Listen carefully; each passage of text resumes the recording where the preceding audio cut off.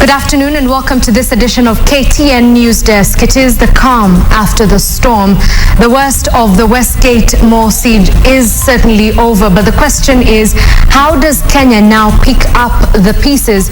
We do have all these details coming your way in this edition of KTN Newsdesk. Also, not so fast. Police this morning gunned down 3 armed motorists in what was an early morning incident in Kariobangi. We do have all those details as well. And Kenya appears to still be a traveler's paradise as 500 tourism players converge in a 2-day meeting in Nairobi.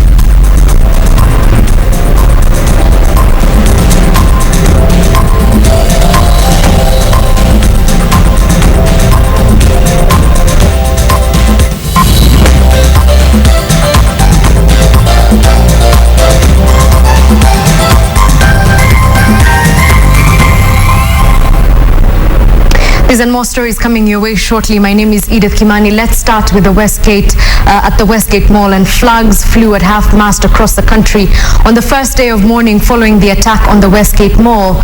Security officers are now working to clear the debris and also recover bodies still at the site. All this is happening while a cabinet meeting is scheduled to take place later on today, with the Westgate attack expected to be at the center of discussions at the meeting. KTN's Bilkis Nyabwa is preparing that story, and she will be reporting on the activities following the end of the siege at the Westgate shopping mall shortly. Right now, though, let's cross over to the Westgate Mall, where our reporter Asha Mulu is standing by just to bring us up to speed on what is happening a day after that siege came to an end. Asha Mulu, good afternoon. Good afternoon, Edith. How are you? I'm well, thank you. I'm glad to see that the activity behind you doesn't appear to be as much as it has been in the past days. But what is happening today? I know that policemen are supposed to be clearing the area, collecting debris. Can you give us an update? Yes, it is today as the flags begin to fly at half-mast across the country. The focus has shifted to the bodies that the government said are trapped, bodies of hostages and militants that it claims were killed in the last 4 days. As we watched live on TV, the unfoldings here at the event, the past couple of minutes, we were able to speak to the spokesperson from State House, that is Mr. Manoa Espiso, who came here to give us an update. Before we ask those critical questions, let's just listen in to what he said just a few minutes ago here on location.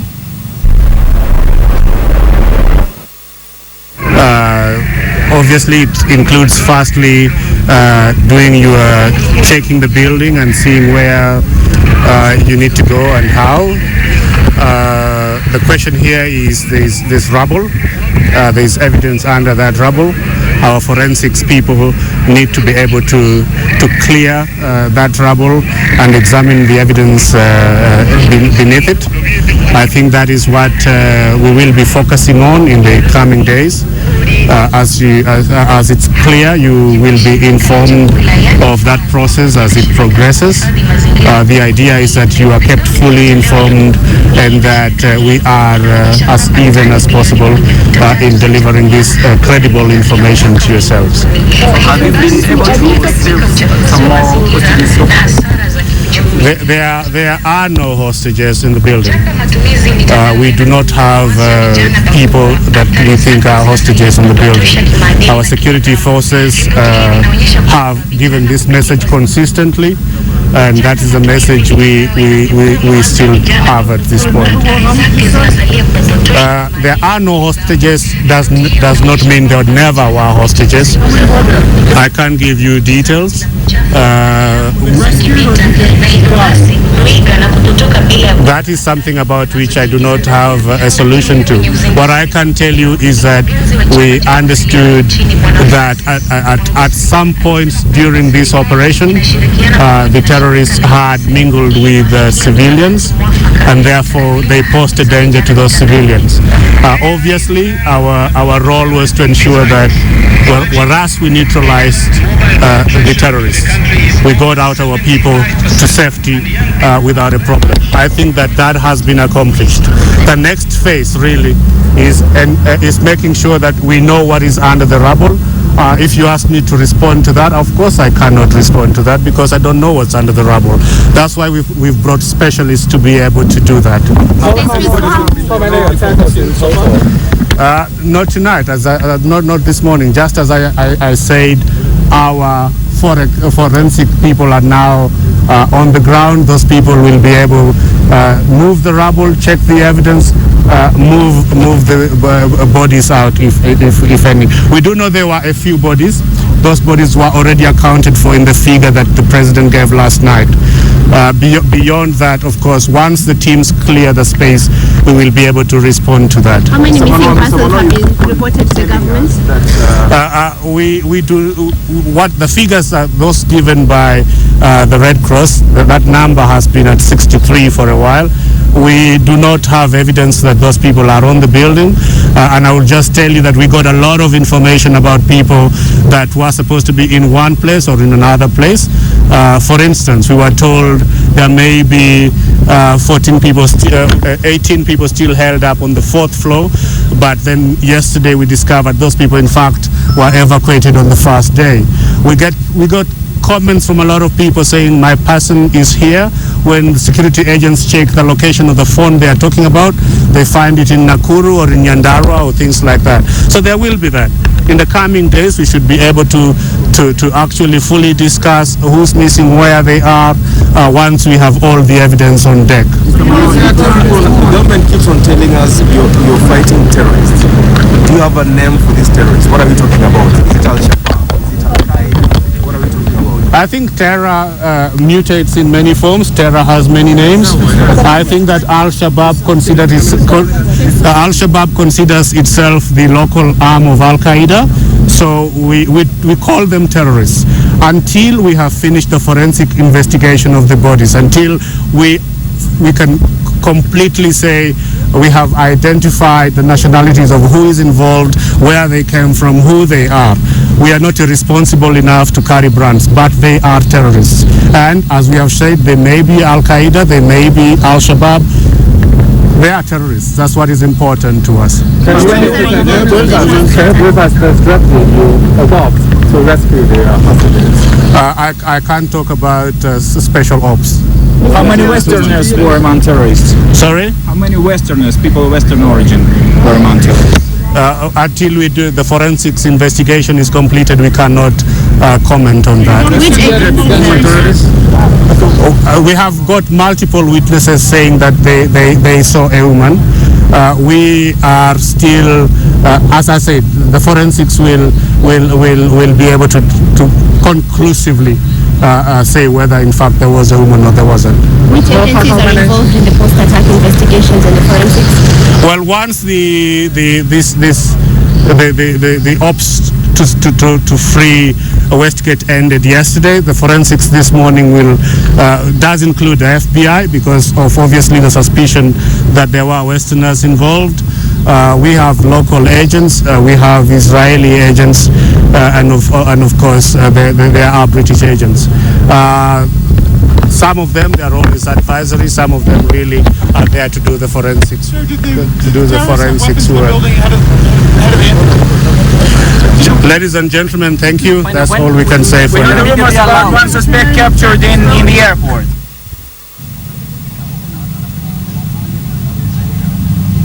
Yeah, Edith, you've just had there a few minutes ago, that's the spokesperson representing the presidency and State House talking to us about the latest update here on ground. Our military sources do tell us that they're working to remove some of those bodies that are trapped underneath the rubble. We do know that official records show that about 61 people are still missing. Those are the ones that have been reported at Visa Oshwal, and we have seen a couple of people coming here to ask about their relatives. But Edith, I want to give you a different perspective to this story now. We've been having a lot of analysts in studio talking about what they think we did wrong, or what they think the government did wrong, and what they think we did right.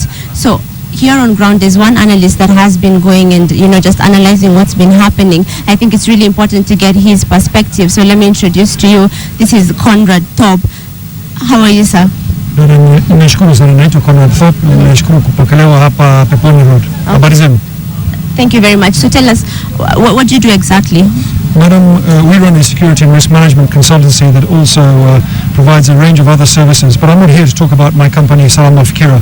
I'm really here to talk about what took place here in the context that we Nairobians and all Kenyans and those who live in Kenya and the friends of Kenya find themselves in this morning. So, based on your observations here, I've seen you walking around a bit. What do you think we've done wrong, and what have we done right?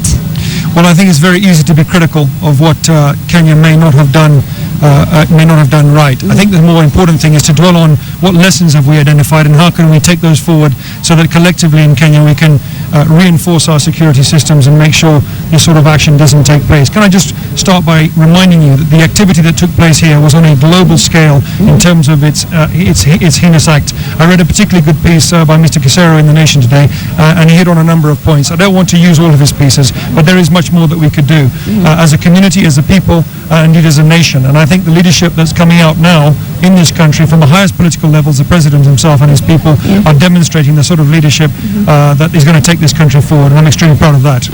But a lot of questions are now arising, especially online. Kenyans are really texting in and asking, how did these people come into the country, and how could they mastermind such an attack without our security agents noticing?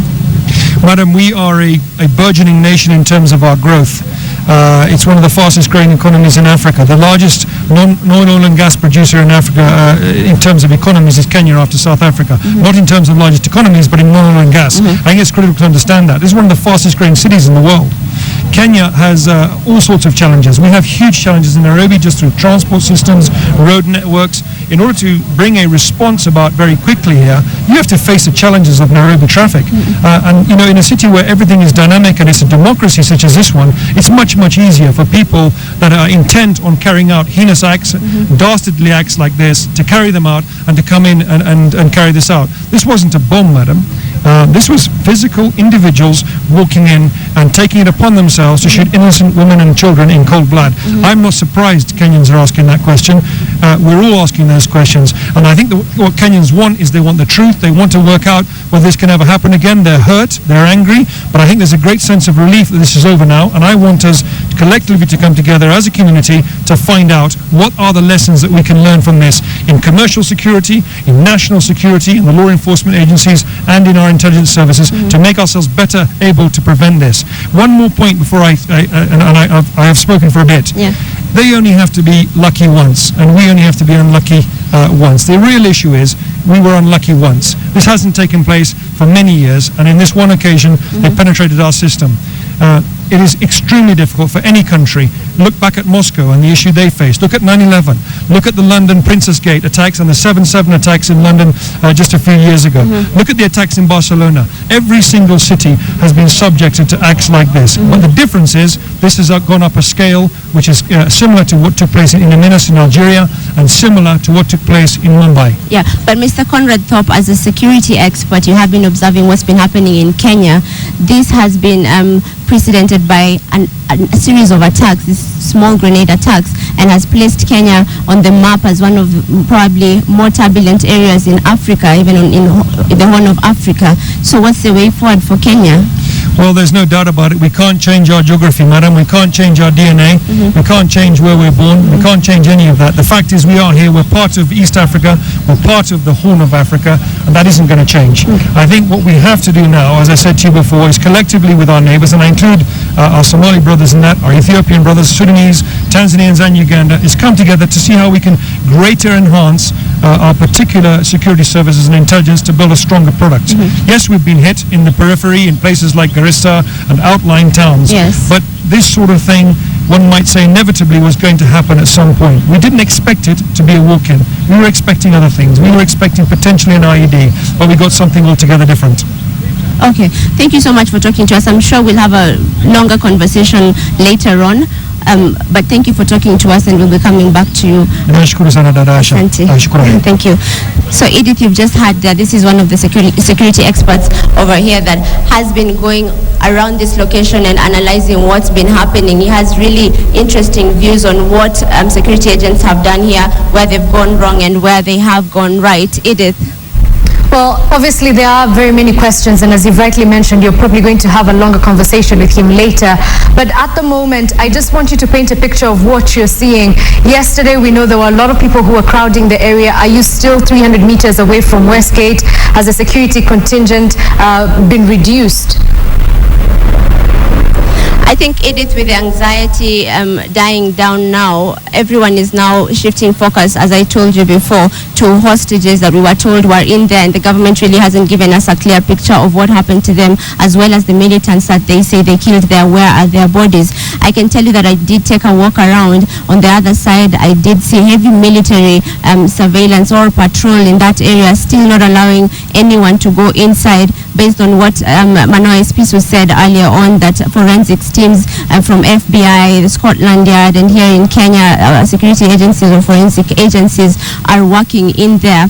Nonetheless, we've seen a lot of concerned relatives and friends coming here. In fact, I saw a group of workers from Barclays Bank that were coming to check up on some of their colleagues that they say were trapped in there. And so there's really some anxiety in terms of the missing persons, and even with the conversations that have been following online, a lot of Kenyans have questions for the government as of where exactly are these hostages, and what are the numbers that we're thinking of, or what are the numbers that we're talking about. Is the death toll going to rise significantly? But the government sources that we've spoken to say that, in fact, the number that was given by the president yesterday accounts to some of those that are still trapped inside, that were counted, their bodies were counted before that the 3 floors caved in. So, Edith, I think some of these questions will be answered probably in the course of the day, but we're also keeping track of what's happening here just to see how many bodies are moved in and out of this place. Edith. All right, thank you very much, Asha Mulu. We shall be connecting with you in subsequent bulletins, so do make sure to keep it KTN. She is at the Westgate Mall, just following the proceedings after that siege came to an end yesterday. And as we know, flags have been flying at half-mast across the country on what is the first day of mourning following the attack on the Westgate Mall. Now, security officers are working to clear the debris and recover bodies still at the site, as Asha Mulu has mentioned. But at the same time, there's going to be a cabinet meeting which is scheduled to take place later on today, with the Westgate attack expected to be at the center of discussions at the meeting. KTN Wilkis Tanyabwa now reports on the activities following the end of the siege at the shopping mall. We have been brave, united, and strong. Kenya has stared down evil and triumphed. We have prevailed just by being who we typically are. The siege at the Westgate Mall ended on Tuesday, and on Wednesday, the 3 days of mourning declared by President Uhuru Kenyatta began. On this day across the country, it was ordered that all official flags fly at half-mast. A spot check in various towns, however, revealed that while most heeded these instructions, in some areas, flags were yet to be lowered. On Tuesday, the president informed the country that at the end of the operation, 61 civilians, 6 security officers and 5 terrorists were confirmed dead. 240 others are nursing injuries. 3 floors at the shopping mall are reported to have collapsed, burying several bodies beneath. In the wake of these developments, the country now stopping to take stock of the prevailing situation. In a tweet, Secretary to the Cabinet Francis Kimemia said a special National Security Advisory Committee meeting had been scheduled for today. The meeting, which is currently taking place, brings together national heads of security to analyze and evaluate the country's anti-terrorism strategy. A cabinet meeting chaired by the president is also underway, with the Westgate attack the main topic of discussion. Meanwhile, members of the public have been barred from the shopping mall as a forensic analysis begins. According to Kimemia, leading forensic experts from countries such as Israel, USA and UK may aid in the exercise, but Kenya will take the lead. The first priority is the recovery of bodies still in the building. 11 suspects are in police custody, even as Kenya mourns the dead. Kenya endured, Kenya endures. We shall confront and overcome the challenges facing us as a nation. We shall rise as one, defend and build this nation together. In one accord, we have triumphed. Wilkis Anyabwa, KTN. Well, whenever situations such as the Westgate attack happen, crowds tend to gather around the scene for all sorts of reasons, regardless of being urged to stay away severally. However, there could be a reason why most of them would like to be close to such dangerous areas, even as security apparatus try to disperse them. Ian Mufula tries to explain why. Even after the Westgate attack has been described as the worst since the 1998 embassy bombing, onlookers do not seem to be disturbed. Gathering in small crowds and at times in uncontrollable numbers, giving the police an uphill task in maintaining order around such places. The crowds have been arriving at the scene every morning as if they are on a duty call. As gunshots break the silence inside the mall, tear gas fills the nearby streets. One would wonder, why is there always such resilience to hang around crime or accident scenes? What brings them to some of these fatal sites?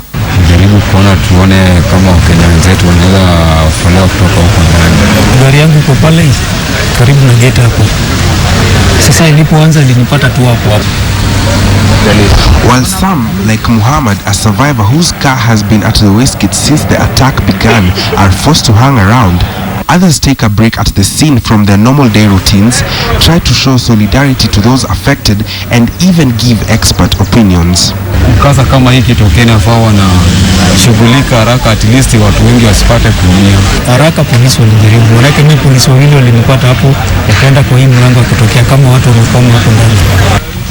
But what is amusing is that some see a silver lining in these attacks and wait for the right moment to strike.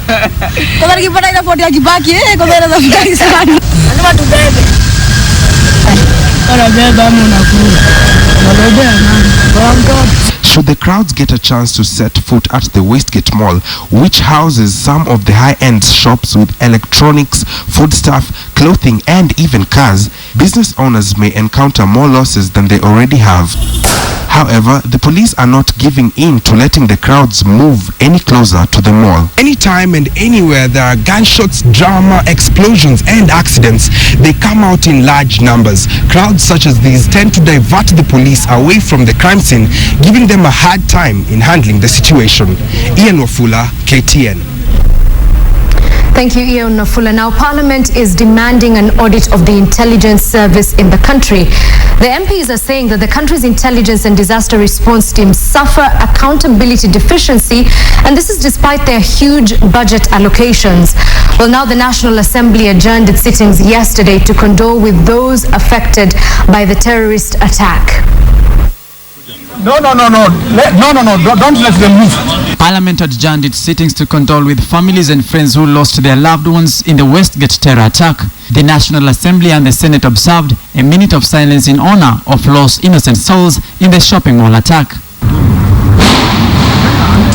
Parliamentarians condemned the attack, saying it was a cowardly act, stressing that Kenya will not relent in its resolve to fight and defeat terror. They said the country's fabric remains closely knit. As a country, we will not be intimidated. We will not be intimidated by the forces of terror. We must fight and dismantle the terror networks in Kenya, in East Africa, and in the whole world.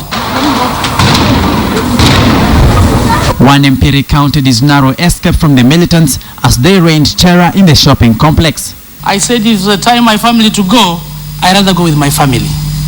My beloved wife Flora, my two children, Billy and Arnold. Mr. Speaker, sir, what I saw there, I could not believe it. When I had the gunfire, I don't know how I left that place. With the publicized pictures of the selfless evacuation of shoppers by security officers who arrived fast on the scene, the leaders paid glowing tribute to the officers, some of whom turned themselves into human shields against the line of fire.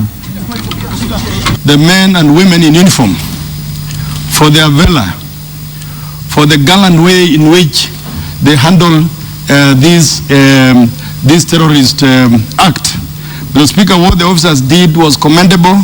I want to thank one of the Sergeant Major by the name Frank Msungu. Frank Msungu, Mr. Speaker, sir, was very courageous. He took me and also tried to go in. The terror attack on Westgate ignited debate on the efficacy of Kenya's intelligence, with lawmakers calling for an audit of the country's security agencies.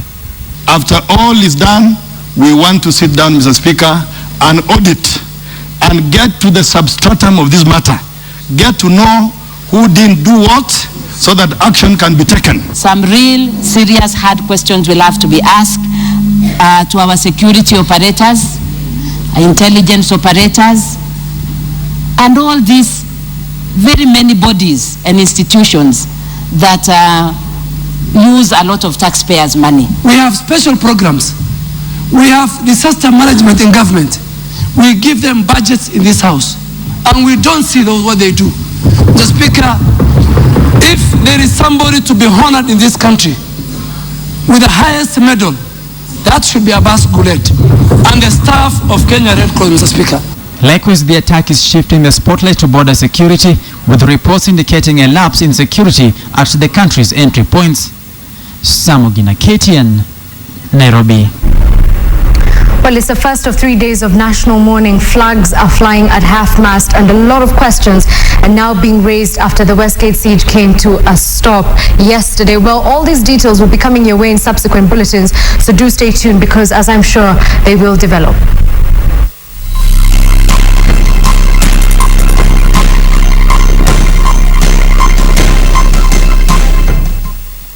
From the Westgate, police have gunned down 3 suspected criminals in Nairobi's Kariobangi estate, and that was this morning. According to Starehe DCIO Thangalani Ndumba, police on patrol got information from the public that they had spotted 4 suspicious people in a saloon car. Police officers are on patrol are said to have stopped the car, but the suspects refused to stop and instead opened fire at the police officers. Police officers then engaged the criminals in gunfire and managed to kill 3 on the spot. One of the suspects escaped, and police have launched a manhunt. Police have had a hard time controlling the crowd at the shooting scene.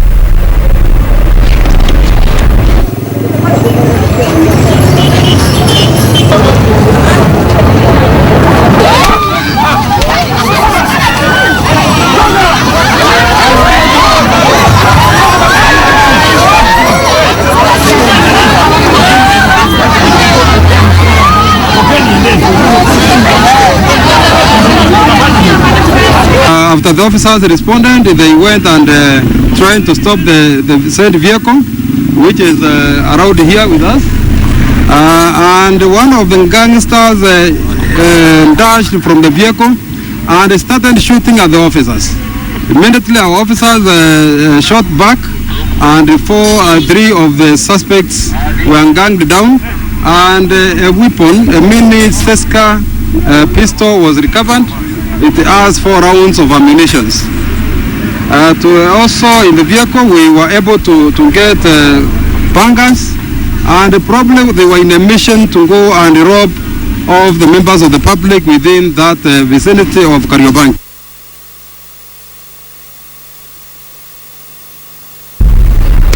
Well, let's now go on a short commercial break, and when we do come back, we have the sports news as well as the business. It does look positive as tourism industry players converge into the country for a 2-day meeting. Stay tuned.